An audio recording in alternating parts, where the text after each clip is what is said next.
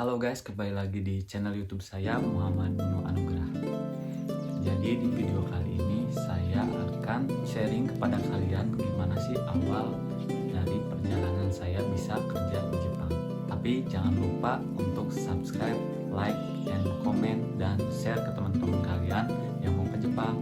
Jadi awalnya tuh pas tahun 2017 saya ngikutin tes dari PT JIK atau LPK JIK, dan pada saat itu saya masih kelas 3 SMK, dan itu pertama kali saya mengikuti tes. Terus banyak banget formulir yang harus diisi, sekitar 17 halaman yang harus saya isi. Nah, pada saat ngisi formulirnya kalian harus benar-benar isi, kalau bisa isi dengan jujur ya, karena pada saat wawancara nanti kalian pasti bakal ditanya dari formulir tersebut.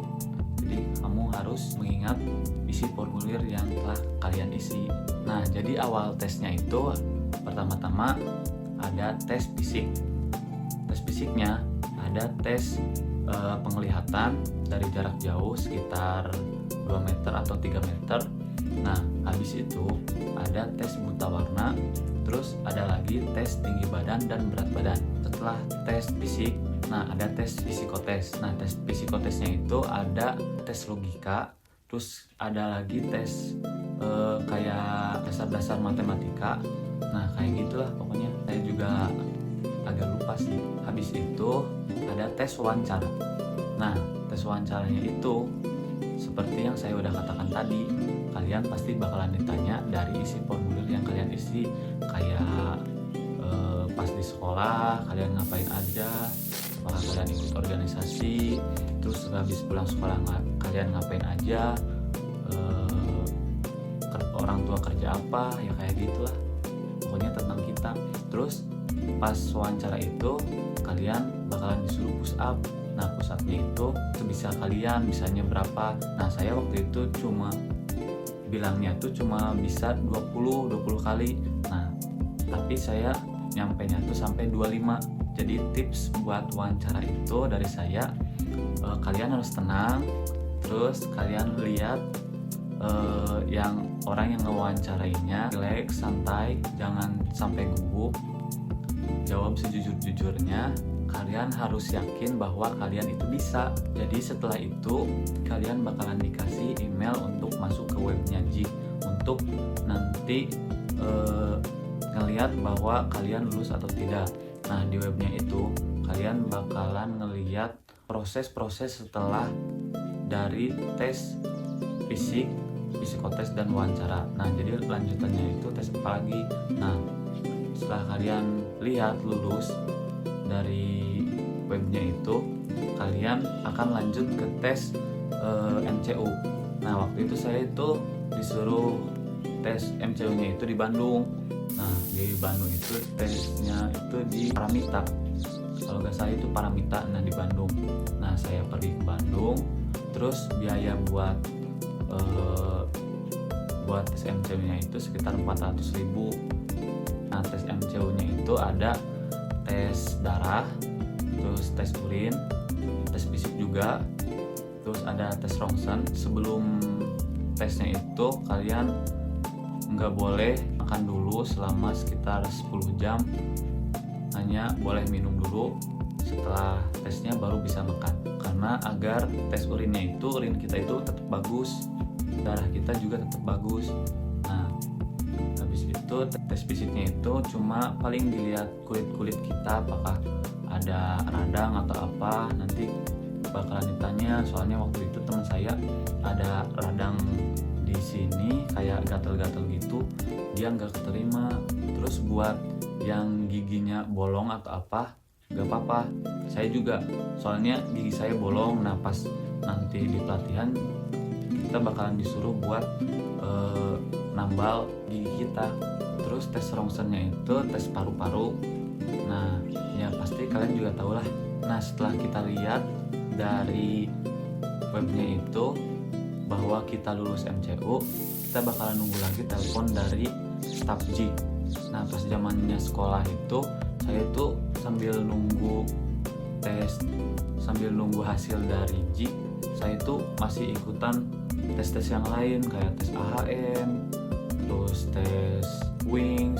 Nah, saya juga ikutan tes PAMA. Nah, tes PAMA itu saya juga ikut lulus. Nah, tinggal nunggu tanda tangan kontrak. Nah, saya jadi bingung kan, saya harus ikut PAMA atau ikut ke Jepang. Karena PAMA tinggal nungguin tanda tangan kontrak aja. Pas itu tiba-tiba ada telepon dari staf JIK, katanya minggu depan bakalan pelatihan bahasa, apakah kamu sedia atau tidak, katanya tuh gitu.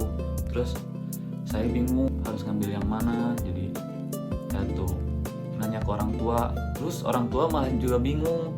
Jadi saya tuh ya udahlah ke sekolah aja, katanya tuh orang tua gitu. Ke sekolah aja, terus ngobrol sama guru, terus guru masih support karena di sekolah kita baru pertama kali ada yang berangkat ke Jepang. Nah, terus di Jepang juga gajinya lumayan, kamu bisa dapat pengalaman, kamu bisa bahasa Jepang. Nah, setelah dapat support dari guru-guru, saya juga minta izin ke orang tua, terus orang tua udah ngizinin, saya cobain ikut pelatihan, nyiapin semua barang-barang. Nah, jadi di webnya itu kita langsung ada list-list buat barang bawaan yang harus kita bawa pas pelatihan. Nah, saya itu karena banyak barang yang gak punya, jadi harus beli, sekitar habis 3 juta atau 2 juta lah buat barang-barangnya itu. Tapi menurut saya sih lebih baik kalau saudara atau keluarganya ada yang punya barang-barang dari list tersebut, mendingan kalian pinjem, karena itu pelatihan awal cuma 2 bulan. Karena saya juga banyak barang-barang yang gak kepake di sana. 2018 itu setelah lulus saya langsung berangkat ke Depok. Di pelatihannya itu kita dapat teman baru dari luar kota, terus kita bisa berbahasa Jepang, terus kita bisa dapat pengalaman lebih dari teman-teman kita yang lain di sekolah. Terus kita juga belajar masak di sana buat yang belum bisa masak, karena kan di Jepang kita harus mandiri. Jadi pelatihannya itu ada 2 pelatihan dasar plus pelatihan keberangkatan. Yang awal itu pelatihan dasar, kita belajar dari awal bahasa, dari kita belajar huruf Jepang, katakana, hiragana, terus kita sedikit belajar kanji, terus kita belajar ngomong bahasa Jepang. Nah, 2 bulan itu kita belajar yang dasar-dasar. Jadi setiap minggu itu ada tes-tesnya. Nah, setelah selesai pelatihan dasar, kita bakalan pulang ke kota masing-masing. Nanti bakalan dikasih tahu kita itu nanti masuk ke Depoknya lagi itu pas tanggal berapa. Terus soal perusahaan itu, saya itu dulu dapat perusahaan itu sekitar 2 minggu pas datang langsung dipanggil, katanya mau nggak ada perusahaan yang memproduksi barang-barang otomotif, mau nggak? Ya udah kan saya ambil, gajinya juga lumayan. Itu setelah pelatihan dasar, jangka waktu dari pelatihan dasar ke pelatihan keberangkatan itu sekitar 1,5 bulan.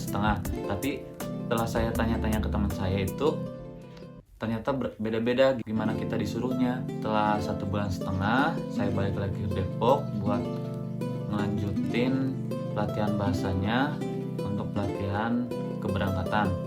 Nah, di sana kita bakalan belajar bahasa Jepang lagi terus, pokoknya jadi tingkatnya itu tambah sini tambah terus tambah tinggi. Setelah pelatihan keberangkatan, saya pulang lagi ke Kuningan, yaitu kota saya.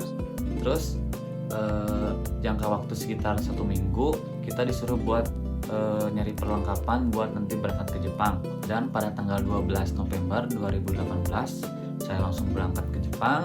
Nah, pas nyampe Jepang kita belajar lagi 1 bulan buat kayak pemantapan gitu. Setelah 1 bulan belajar di asrama Jepang, kita langsung pisah lagi dengan teman-teman kita dan kita berangkat ke perusahaan masing-masing. Di perusahaan itu kita udah disediain kos-kosan atau apartemen oleh perusahaan. Jadi di kos-kosannya itu udah segala ada, udah ada TV, udah ada kulkas, udah ada kompor, udah ada mesin cuci, pokoknya enak lah pokoknya di sini. Tapi setiap perusahaan itu beda-beda. Alhamdulillahnya saya dapat perusahaan yang bagus, gajinya juga bagus. Setelah 2 tahun di Jepang, saya rasa enak sih di sini, soalnya tenang, semuanya praktis. Apa yang dulu kita nggak dapetin bisa kita dapetin. Jadi kesimpulannya itu dari semua cerita saya, kalian harus sering olahraga, jaga kesehatan kalian, terus cari-cari info di internet buat kayak tes psikotes kayak gitu. Terus mencoba buat berbicara dengan orang-orang sekitar, kayak guru-guru atau gitu, harus lebih aktif. Terus buat yang gak bisa bahasa Jepang, itu saya juga awal gak bisa apa-apa buat pelatihan bahasa Jepang itu. Jadi kita belajar dari nol banget sampai kita bisa. Jadi jangan takut buat yang gak bisa, karena nanti kita pasti bisa. Semoga video ini bermanfaat buat kalian yang mau ke Jepang. Terima kasih buat yang udah nonton. Jangan lupa like, komen, dan subscribe. Terus share ke teman-teman kalian. Dan sampai jumpa lagi di video saya selanjutnya. Terima kasih. Bye.